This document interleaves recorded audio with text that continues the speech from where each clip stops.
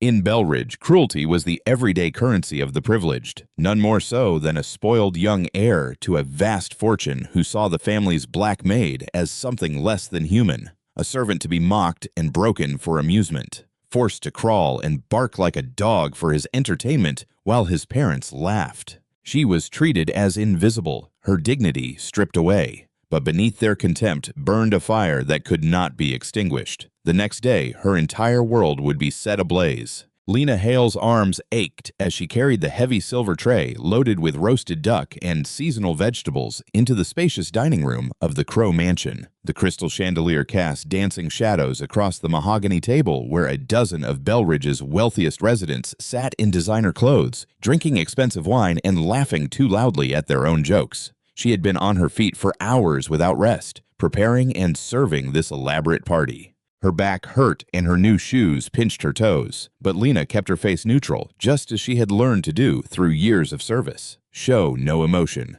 Remain invisible. Get through another day. "More wine, Mother." Oliver Crow's voice cut through the dinner chatter. The boy slumped in his chair, playing with his phone instead of eating. His school uniform, perfectly pressed earlier, already looked wrinkled, just like his perpetually messy brown hair. Vivian Crow smiled indulgently at her son. "No thank you, darling, but maybe you could ask Lena to refill everyone's water glasses." Lena moved silently around the table with the crystal pitcher, carefully filling each glass. When she reached Oliver's place, he suddenly stuck out his foot. Lena stumbled but managed to steady herself, spilling only a few drops of water. "Oops," Oliver said with a mocking smile. Several guests laughed behind their napkins. "Oliver, darling, don't be naughty," Vivian said, but her tone was more amused than scolding. Lena's cheeks flushed as she continued her circuit around the table. Through the floor-to-ceiling windows, she saw Isaiah Vale, the new gardener, trimming roses in the fading light. He looked up and their eyes met briefly. Something in his steady gaze gave her strength. "I'm bored," Oliver announced loudly. "This party needs entertainment." He showed his phone to Lena with a cruel look in his eyes. "Hey, Lena, come here." Lena's stomach tightened as she approached Oliver's chair. The boy's face wore that familiar expression she had come to dread, the one that meant he had thought of some new way to torment her. "Get down on your hands and knees," Oliver ordered. Lena froze. Sorry. Did you hear me? Get down like a dog." Oliver's smile widened. "I want to make a funny video for social media." "Oliver, I don't think," Lena began. "Get down," he interrupted, "or I'll tell Dad you broke that expensive vase." His voice dropped to a whisper. "You know what happens to servants who break things, right?" Lena's throat went dry. She knew. She had seen 3 employees fired recently, all for small infractions Oliver had reported to his father. "Now bark," Oliver ordered, raising his phone to record, "like a big, loud dog." The dining room fell silent. Lena could feel every eye on her, see the anticipation on their faces. Vivian Crow sipped her wine, watching with distant amusement. No one said a word. No one.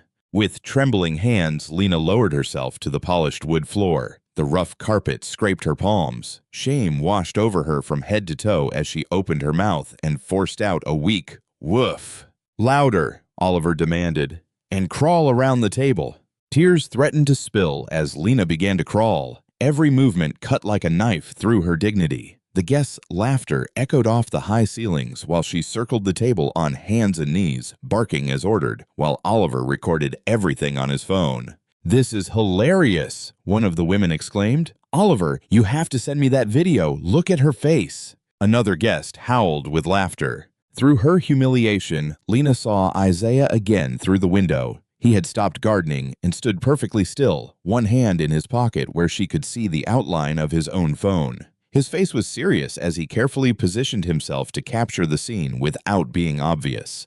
"Keep going," Oliver ordered, bringing the camera closer. "Make another lap, and this time wiggle your butt like you have a tail." A fresh wave of laughter erupted around the table. Lena's arms trembled as she forced her body to keep crawling, each movement feeling as if another layer of her humanity was peeling away. Her knee caught on the carpet, and she stumbled slightly. "Careful with our new pet," Vivian called out, sparking more laughter. "We don't want her getting hurt." Lena's vision blurred with unshed tears as she completed another circuit of the table. Her work uniform grew dirty from the floor, and her knees ached from the crawling. But worse than any physical discomfort was the crushing weight of degradation pressing on her chest, making it hard to breathe. "Now beg for a treat," Oliver ordered, holding up a dinner roll. "Come on, sit up and beg like a good dog." The guests were practically crying with laughter now, some pulling out their own phones to record the spectacle. Lena could hear the clicks of cameras and see the flashes reflected in the dark dining room windows. Still on her hands and knees, Lena looked up and saw that Isaiah had moved closer to the window. His jaw was clenched and his free hand was a fist at his side, but his phone remained steady, documenting every moment of her humiliation. Somehow, knowing that someone was witnessing this with sympathy instead of cruel amusement gave her the strength to endure it. "Bark!" Oliver's voice cracked like a whip. Lena rose onto her knees, hands held in front of her chest like paws, and forced out another weak bark. The dinner roll hit her in the face when Oliver threw it, causing a fresh explosion of laughter among the guests. Later, Lena sat on the cold stone steps behind the Crow mansion, her work uniform still dirty from crawling across the floor. The night air was chilly, but she barely noticed. Her whole body felt numb. The sound of continued laughter and the clinking of glasses floated through the walls, making her stomach turn. She looked at her hands, red and scraped from the carpet. Tears fell silently onto her palms, but she did not bother to wipe them away. Crickets sang in the carefully tended gardens, their peaceful song a stark contrast to the chaos in her mind. Footsteps crunched on the gravel path. Lena quickly wiped her eyes with her sleeve, not wanting anyone to see her cry. But it was only Isaiah, approaching slowly with his hands visible, like someone trying not to startle a wounded animal. "Miss Hale," his voice was gentle. "May I join you?" Lena nodded slightly, shifting on the step to make room. Isaiah sat carefully, keeping a respectful distance. For a long moment they stayed silent, watching fireflies dance among the rose bushes. "What they did to you in there," Isaiah finally said, his voice tight with controlled anger, "that was wrong. More than wrong. It was cruel and illegal." Lena let out a bitter laugh. "Illegal, maybe, but what does that matter in Belridge? The Crows own this town." "They may own the town," Isaiah said quietly, "but they do not own you. And they do not own the truth." He pulled his phone from his pocket, tapped the screen a few times, then held it out to her. "I recorded everything." Lena's hands trembled as she took the phone. The video was clear. Isaiah had captured the entire incident through the dining room windows. She could see herself crawling around the table, hear the cruel laughter, see Oliver's arrogant face as he recorded her humiliation. "I used to be a lawyer," Isaiah said softly. "Before, well, that's another story. But I know the law. This is workplace harassment, discrimination, creation of a hostile work environment. With this evidence, we could—" "Go to the police?" Lena interrupted, her voice breaking. "Sheriff Matthews plays golf with Mr. Crow every weekend. File a complaint? The mayor's daughter is married to Mrs. Crow's brother, like everything else." Isaiah leaned forward, his eyes intense. "Then we go higher. State authorities, federal agencies, civil rights organizations, the media. This is not just one incident. It's about a pattern of abuse and corruption. And sometimes all it takes is one spark to light the fire of change." Lena studied his face, searching for any sign of deception or empty promises, but all she saw was sincerity and determination. "Why do you want to help me? You barely know me." "Because it's the right thing to do," Isaiah answered simply. "And because I've spent too many years watching people like the Crows abuse their power while good people suffer in silence. Maybe it's time that silence ended." He pulled a small notebook from his back pocket and began writing. "First, we need to document everything. Dates, times, witnesses, every incident of mistreatment, every inappropriate comment, every threat. We're going to build a timeline. Collect statements from other employees who have also been mistreated." For the first time since the incident, Lena felt a small spark of hope in her chest. "The kitchen staff," she said slowly, "Maria and Carlos, they've seen things too. And Rose. The previous maid, she was fired after Oliver claimed she stole his video games, but she didn't. I saw him hide them." Isaiah nodded, writing quickly. "Good. We'll need their testimony. And we'll need copies of your employment records, pay stubs, any written communication from the Crows." "I have most of those documents at home," Lena said, But there will be retaliation. They could make sure none of us ever works again. That's why we need to be strategic, Isaiah explained. We document everything, build our case carefully, then present it all at once through the proper channels. Retaliation would only make their legal situation worse if we do this right.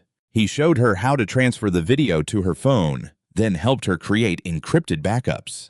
They spent the next hour planning their next steps, speaking quietly while the dinner party continued inside. Tomorrow morning, I'll make some calls to my old contacts in the legal world, Isaiah said. We'll need to move carefully but quickly. The longer we wait, the more chance they'll have to cover their tracks. Lena nodded, holding her phone tightly. The video evidence felt like a shield, a small protection against the crow's power, but it also felt like a ticking bomb that could explode in her face if she was not careful. I should go home, she said, rising stiffly. Her knees still hurt from crawling. My sister will worry if I'm too late. Isaiah stood as well, brushing off his work pants. Be careful. Try to act normal tomorrow. And if anything else happens, anything, call me right away. He gave her a piece of paper with his number. You're not alone in this fight anymore, Miss Hale. Lena carefully tucked the paper away. Thank you, she whispered, for helping, for caring. We'll get through this, Isaiah assured her. Just remember, document everything and watch your back. Lena walked to her car parked in the staff lot behind the kitchen. The phone in her hands felt heavy with the weight of its contents, but her heart felt lighter than it had all night. For the first time in a long while, she was not just enduring, she was fighting. Morning sun cast long shadows across the brick facade of the Belridge police station as Lena pulled into the parking lot, her hands gripping the steering wheel so tightly her knuckles turned white. Isaiah's car was already there, and she saw him waiting by the entrance with a leather briefcase in his hand. Ready? He asked as she approached, his calm presence steadying her nerves. Lena took a deep breath, smoothing her dress. She had chosen her best Sunday clothes, a navy dress and comfortable shoes, hoping to be taken seriously. As ready as I'll ever be. The interior of the station was cool and dim, smelling of coffee and old paper. A heavy-set sergeant looked up from his computer with a bored expression. How can I help you? We need to file a complaint, Isaiah said professionally, about a serious incident at the Crow residence. At the mention of the Crows, the sergeant's face changed subtly. His eyes narrowed, scanning them more carefully. Have a seat. Officer Rourke will be with you shortly. They sat on hard plastic chairs against the wall. Lena's leg bounced nervously as she watched officers pass, some giving them curious looks. After a while, a young officer approached, his badge reading Rourke. Follow me, he said curtly, leading them to a small interview room. Fluorescent lights hummed overhead as they sat in chairs around a metal table. Officer Rourke pulled out a notebook, pen hovering expectantly. What seems to be the problem? Lena's throat felt dry. Last night, at the Crow Mansion, I was forced, her voice cracked slightly, I was forced to crawl on the floor and bark like a dog while the family and their guests laughed and recorded it. Rourke's eyebrows rose slightly, but his expression remained neutral. And you are Lena Hale? You work as a maid for the Crows? Yes, I see. Rourke scribbled something. And why were you crawling? Their son Oliver ordered me to. When I refused, Mrs. Crow said it was just a harmless game and I needed to learn to take a joke. Mr. Crow threatened my job if I didn't comply. That's a serious accusation, Rourke said in a tone that suggested otherwise. Any witnesses? I have video evidence. Isaiah held out his phone. I recorded the incident. Rourke watched the video with a blank expression. The sound of laughter and Lena's humiliation filled the small room. When it ended, he cleared his throat. Well, Miss Hale, while this appears regrettable, I don't see any clear criminal activity. You don't see any? Lena began, but Isaiah touched her arm gently. Officer Rourke, Isaiah said calmly, what we have here is clear evidence of workplace harassment, racial discrimination, and creation of a hostile work environment. These are serious violations of state and federal law. Rourke leaned back, something harder entering his expression. And who are you, Mr. Vale? I'm helping Miss Hale with this complaint. Are you a lawyer, Mr. Vale? I used to be. Currently, I work as a gardener at the Crow Estate. Rourke closed his notebook. Then you should know better than to waste police time with labor disputes. This is a civil matter, if anything. This goes beyond a simple labor dispute, Isaiah pressed. The video shows a private party where someone was participating in a joke, Rourke interrupted. Nothing criminal occurred. If Miss Hale has workplace complaints, she should raise them with her employers or seek civil counsel. Lena felt anger rise in her chest. They recorded me crawling on the floor. They laughed while treating me like an animal. Ma'am, Rourke warned. Listen, I know the Crows. They're respected members of this community. They provide jobs, donate to charity, fund half the programs in this town. Maybe you should consider whether you're overreacting to a simple misunderstanding. Misunderstanding? Lena's voice trembled. They humiliated me. The door opened and an older man in a sheriff's uniform entered. Sheriff Trent Hale's face was serious as he surveyed the room. Everything all right here, Rourke? Yes, sir. Just finishing up with a minor complaint. The sheriff nodded, then fixed his gaze on Lena. Miss Hale, is it? Richard Crow mentioned you might be coming by. Said there was some confusion about a game at last night's party. Lena felt a chill run through her body. They had already gotten to him. Now, the sheriff continued, his voice condescending, I understand you might be feeling embarrassed, but making false accusations against respected citizens is a serious matter. It could result in charges for filing false reports, defamation, lots of unpleasant consequences. Isaiah rose slowly. Are you threatening my client? Sheriff Hale smiled, but it did not reach his eyes. Not at all. Just offering some friendly advice. Belridge is a quiet town. We look out for each other here. We wouldn't want anyone causing unnecessary trouble. He reached for Isaiah's phone, which still lay on the table. Would you mind if I take a look at this video everyone's talking about?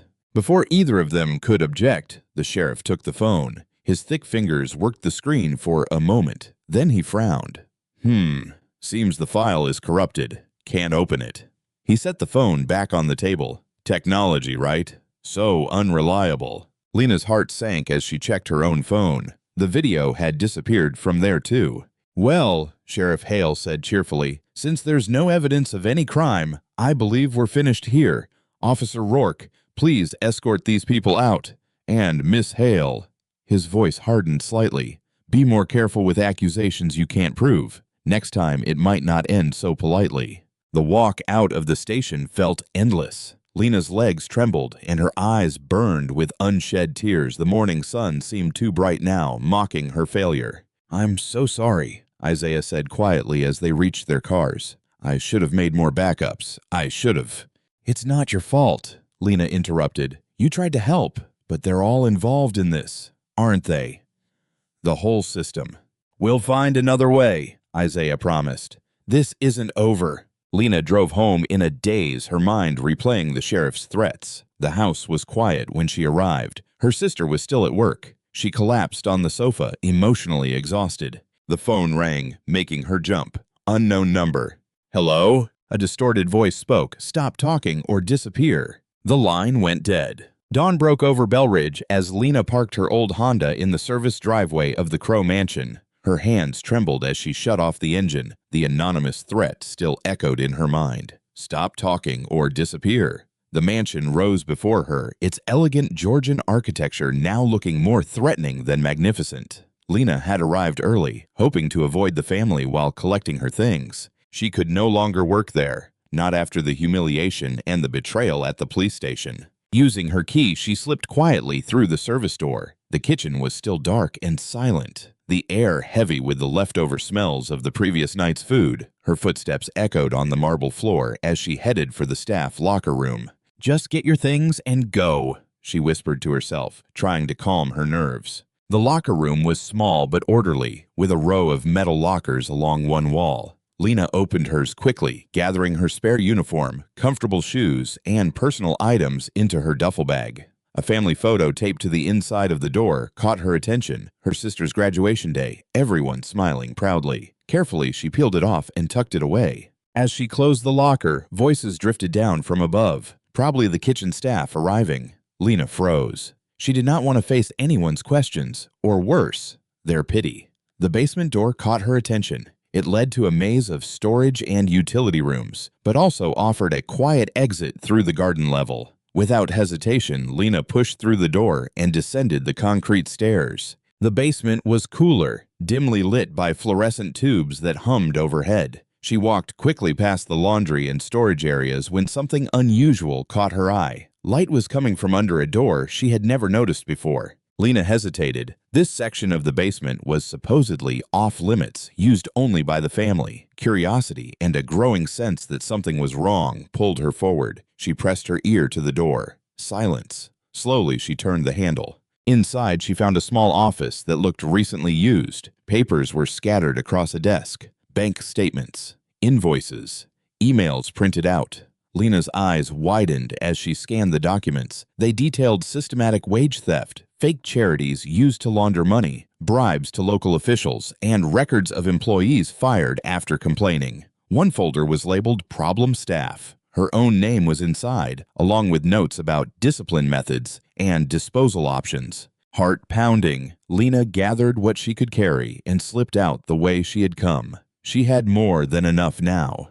The Crows were not just cruel employers, they were criminals. In the days that followed, Lena and Isaiah built a quiet coalition. Maria, Carlos, Rose, Mr. Elias Reed, the elderly butler who had worked for the family for decades, and others who had suffered under the Crows. Walter Lang, the former chief financial officer who had left under mysterious circumstances, provided the final pieces. Financial records proving millions diverted through shell companies and false charitable foundations. They planned carefully. No more going to the local police. This time, the exposure would be public, undeniable, and protected by federal eyes. On the night of the annual Belridge Community Association Gala, the ballroom glittered with crystal chandeliers and wealthy patrons in designer clothes. Lena adjusted her borrowed waitress uniform, heart racing, as she carried a tray of champagne through the crowd. Around her, other members of the coalition blended perfectly into the background. Maria arranging flowers, Carlos checking the sound equipment, Rose refilling water glasses.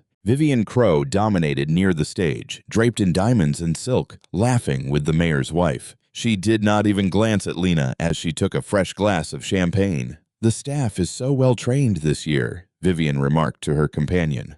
"Almost invisible." Lena's hands trembled slightly, but she kept her face neutral. Through her earpiece, she heard Walter's calm voice. "Channel 5 is live. All backups are running. FBI agents are in position outside." The mayor stepped to the podium, introducing Vivian with flowery praise about her charitable works. Cameras rolled as she glided onto the stage, smiling at Belridge's gathered elite. Community partnership has always been the cornerstone of the Crow legacy. Vivian began, her voice dripping with sincerity. "Our job training program has helped hundreds of disadvantaged individuals.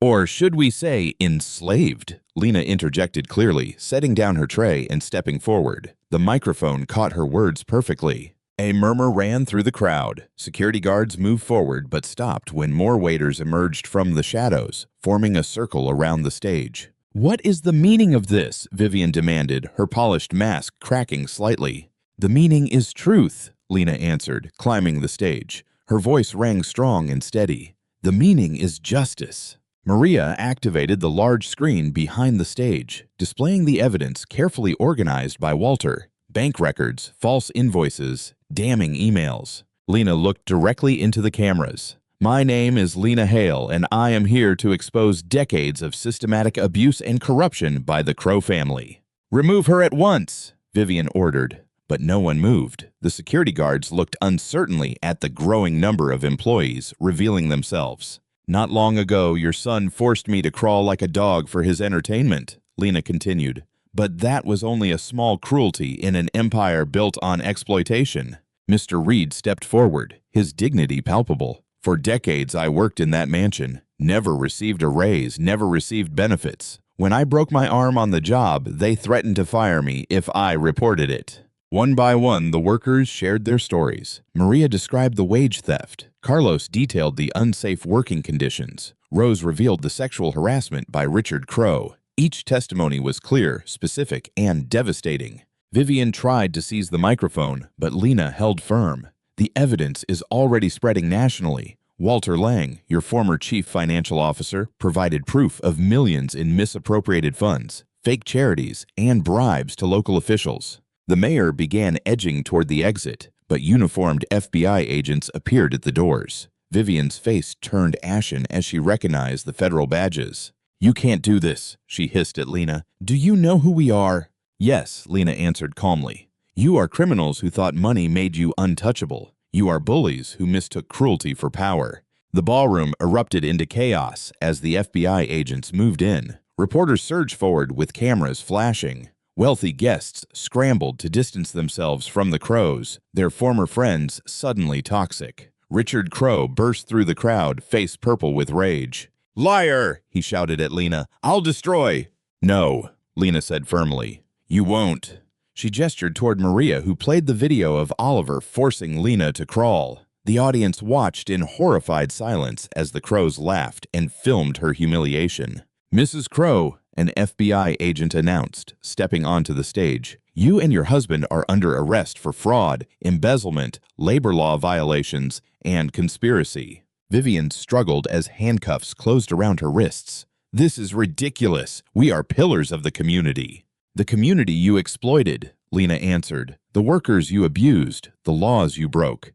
That ends tonight." Live cameras captured every moment as the Crows were led away in handcuffs. Their designer clothes and precious jewelry could not hide their fear and fury. Richard thrashed against the agents, shouting threats. Vivian's makeup ran with tears of rage. Lena remained at the podium, watching the humiliating exit of her former tormentors. The weight of years lifted from her shoulders. Around her, the workers embraced, some crying with relief. Reporters crowded around seeking interviews, but Lena kept her eyes on the Crows until they disappeared into the waiting FBI vehicles. Isaiah's voice came through her earpiece, thick with emotion.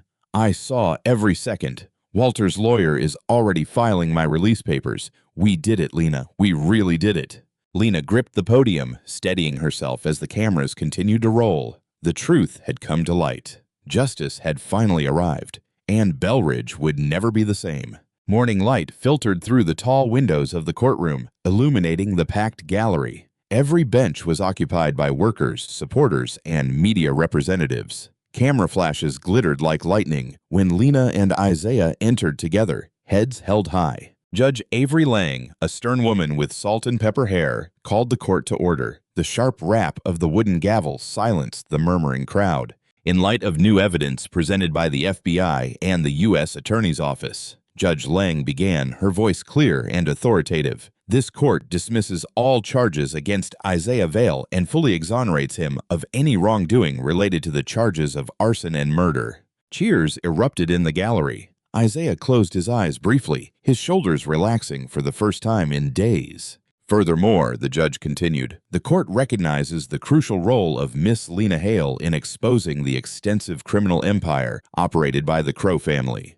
All retaliatory charges against her are dismissed with prejudice." More cheers filled the courtroom. Maria and Carlos embraced, tears running down their faces. Rose squeezed Mr. Reed's hand, both smiling with pride. "The Crow assets remain frozen pending the federal investigation," Judge Lang announced. "Preliminary findings indicate widespread fraud, money laundering, and labor law violations spanning many years." Lena watched the news ticker on a courtroom screen. Crow empire crumbles. Mansions seized. Businesses closed. Accounts frozen. Another headline appeared. Bell Ridge corruption scandal widens. Mayor resigns. Police chief under investigation. The judge gestured toward Lena. "Miss Hale, would you like to address the court?"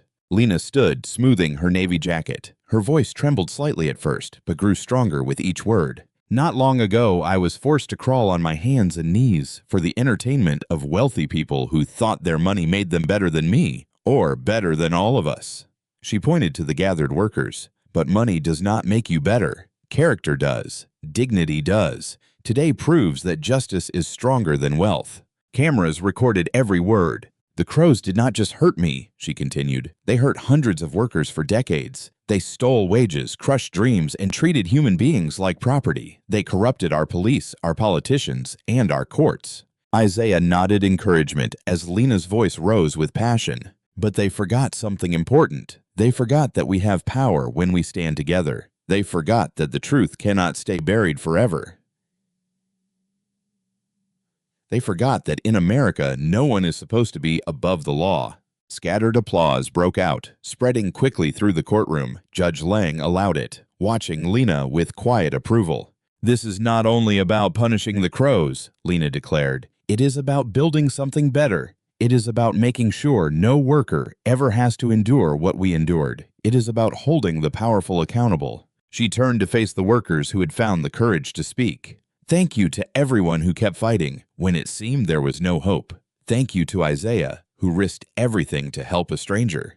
Tears shone in many eyes as Lena concluded. "Today marks a new chapter for Belridge. No more exploitation, no more corruption, no more treating people as if they are invisible. From now on, we stand firm, we stand together, and we stand for justice." The courtroom erupted in a standing ovation. Judge Lang made no attempt to quiet it, letting the moment of triumph resonate. Reporters wrote frantically, cameras hummed, and social media lit up with Lena's words. Walter Lang, sitting quietly in the back, nodded with satisfaction. His testimony had helped seal the crow's fate, and his conscience felt lighter for it. When the applause finally subsided, Judge Lang spoke again. "The court recognizes the tremendous courage shown by Miss Hale, Mr. Vale, and all the workers who came forward. Their actions have exposed deeply rooted corruption and set an example for others to follow." She glanced at her papers. "This court will oversee the establishment of a worker compensation fund using the seized Crow assets. All affected employees will receive back pay and damages." More celebration erupted at the news. Mr. Reed wiped tears from his wrinkled face, thinking of the retirement he could finally afford. Isaiah stood beside Lena as reporters shouted questions. "How does it feel to be vindicated? What's next for the workers? Will there be civil suits against the Crows?" But Lena had eyes only for Isaiah. They embraced tightly, all the fear and tension of recent days fading away. They had risked everything for justice, and justice had prevailed. "Thank you," Lena whispered against Isaiah's shoulder. "I couldn't have done it without you." "You did the hard part," Isaiah answered softly. "You showed everyone what real courage looks like." They held each other while cameras flashed around them, capturing the moment of vindication. The Crows' reign of exploitation had ended. A new day had dawned in Belridge, built on truth, dignity, and justice for all. Some time later, autumn breeze whispered through the newly planted community garden where the Crow mansion once stood. Lena stood at a wooden podium, addressing a crowd of familiar faces beneath a banner that read Belridge Workers' Rights Center. "It is an honor to announce my new role as Executive Director of Civil Justice Now," Lena said, her voice carrying across the gathered crowd. "This national foundation will help workers across the United States rise up against exploitation and abuse." Isaiah watched from the side, pride evident in his gentle smile. The past weeks had transformed Belridge. Where corruption once ruled, new leadership had risen from the community itself. The police department underwent a complete restructuring under state oversight. The mayor's office, now led by a former union organizer, prioritized worker protections and corporate accountability. The community garden symbolized the change. Workers who once served the Crows now grew food for local families. The mansion's ostentatious fountains had been replaced by vegetable beds and fruit trees tended by volunteers. "But I am not leaving Belridge behind," Lena continued, drawing applause. "This will be our center. Anyone who stands up against injustice will find support here." Maria, now garden coordinator, smiled from the front row. Beside her sat Carlos, recently promoted to shift supervisor at his factory after years of being overlooked. Rose, who had testified about wage theft, now led worker education programs. Mr. Reed, finally receiving his stolen pension, taught financial literacy classes to young employees. After the announcement, Lena joined Isaiah near the herb garden he had designed. "Ready for our first speaking tour?" she asked, admiring the neat rows of basil and thyme. "As ready as I'll ever be," he answered, adjusting his glasses. "We'll reach thousands of workers and lawyers," he added with a knowing smile. "Don't forget you're teaching pro bono attorneys how to fight corporate abuse."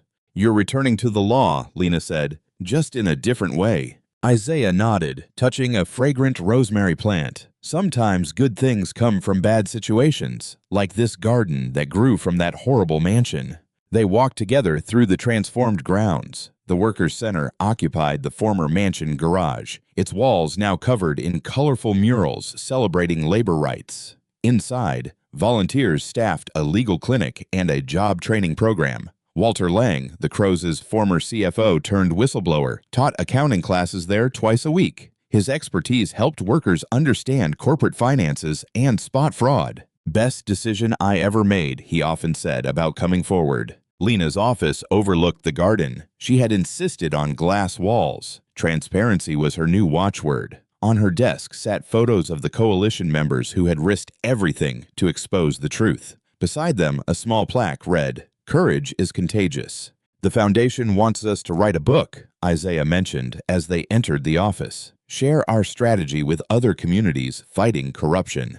"As long as we tell everyone's story, not just mine," Lena answered, settling behind her desk. "It took all of us to bring down the Crows."